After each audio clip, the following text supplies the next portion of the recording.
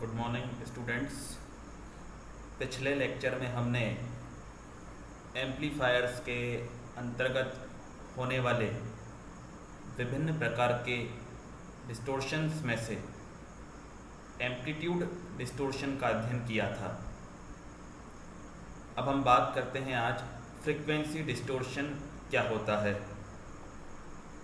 Frequency distortion is another type of amplifier distortion which occurs in a transistor amplifier when the level of amplification varies with frequency.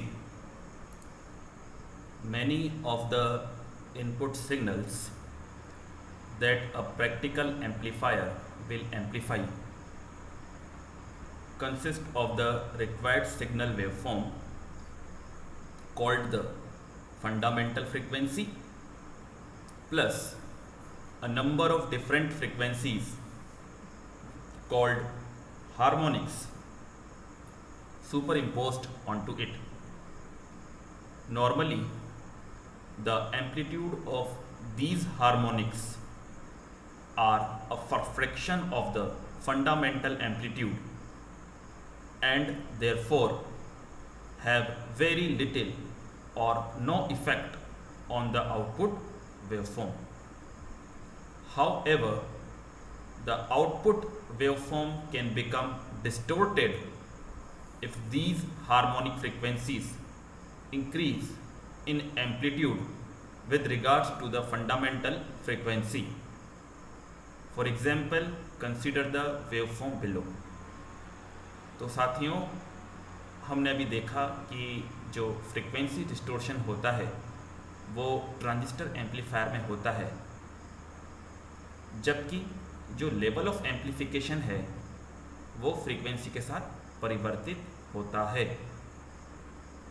जो amplifier में input signal होता है उसके अंदर जो signal waveform होती है उसके अंदर एक फंडामेंटल फ्रीक्वेंसी होती है plus a number of different frequencies भी होती है जिन्हें हार्मोनिक्स कहा जाता है और वो फंडामेंटल फ्रीक्वेंसी पर सुपर इम्पोज्ड रहती है। हालांकि उन हार्मोनिक्स का फंडामेंटल फ्रीक्वेंसी पर जो प्रभाव होता है वो बहुत कम होता है, किंतु फिर भी आउटपुट वेवफॉर्म को ये हार्मोनिक्स डिस्टोर्टेड कर सकते हैं विद रेस्पेक्ट टू उसकी फंडामेंटल फ्रीक्वेंसी के। और अब हम डायग्राम के माध्यम से समझेंगे कि फ्रीक्वेंसी डिस्टोर्शन क्या होता है। तो हम देख सकते हैं कि जो ब्लू कलर से हमें दर्शाया गया है दैट इज़ इनपुट सिग्नल, और ग्रीन रंग के द्वारा हमें सेकेंड हार्मोनिक दर्शाया हुआ है। अब ये बात है कि जो सेकेंड हार्मोनिक्स का जो एम्पलीट्यूड है वो इनपुट सिग्नल के कंपैरिजन में कम है, और जब हम रिजल्टेंट आउटपुट सिग्नल को देखते हैं तो ये हमें पिंक कलर से शो हो रहा है। तो जो हमारा आउटपुट वेवफॉर्म है वो प्योर साइनोसॉइडल ना होकर उसमें आपको हार्मोनिक्स की प्रेजेंस दिखाई दे रही है, और ये जो प्रेजेंस ऑफ हार्मोनिक्स जो हैं ये ही हमारा फ्रीक्वेंसी डिस्टोर्शन को शो करते हैं। In the example above the input waveform consist the fundamental frequency plus a second harmonic signal. The resultant output waveform is shown on the right hand side. The frequency distortion occurs when the fundamental frequency combines with the second harmonic to distort the output signal. Harmonics are the therefore multiplies of the fundamental frequency, and in our simple example a second harmonic was used. तो साथियों, जो हमने अभी जो diagram देखा है, क्योंकि जो हार्मोनिक्स होते हैं वो संख्या में इनफाइनाइट होते हैं और उनका जो एम्पलीट्यूड है जैसे जैसे उनका ऑर्डर बढ़ता है वो कम होता जाता है। हमारे एग्जाम्पल में हमने केवल एक हार्मोनिक लिया है जिसको हमने सेकेंड हार्मोनिक कहा है। Therefore the frequency of the harmonic is twice the fundamental, that is 2 times the fundamental frequency 2f, then a third harmonic would be 3 times of fundamental frequency, that is 3f, a fourth 4f, and so on. Frequency distortion due to harmonics is always a possibility in amplified circuits containing reactive elements such as capacitance और inductance.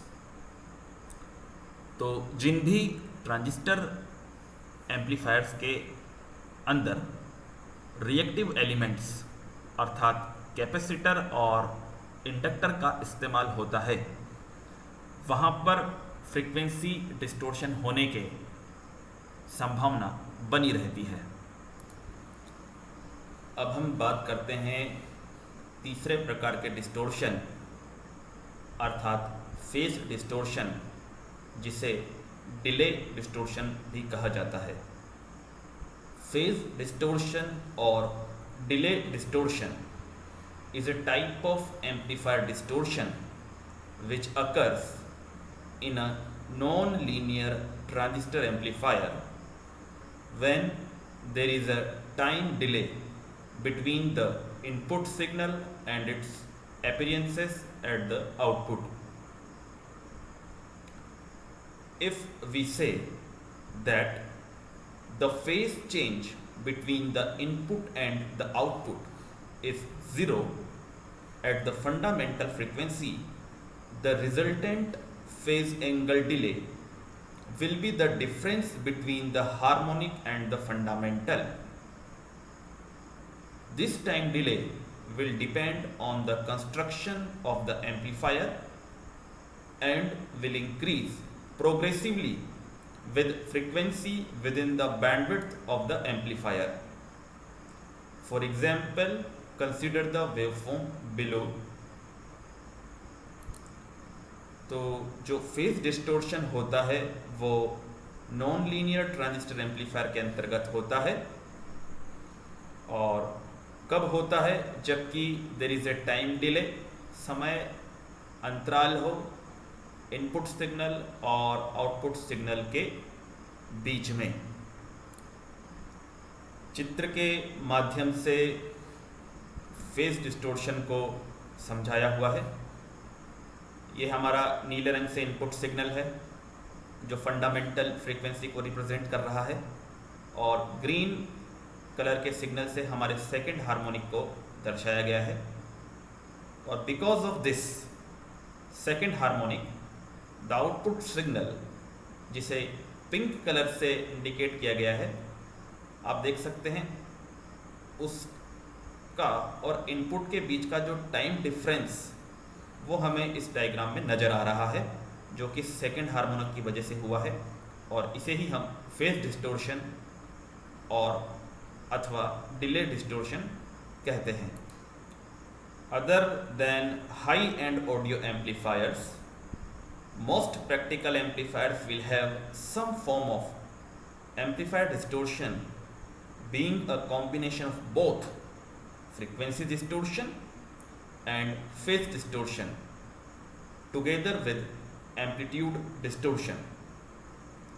In most applications such as in audio amplifiers or power amplifiers, unless the amplifier's distortion is excessive or severe, it will not generally affect the operation or output sound of the amplifier.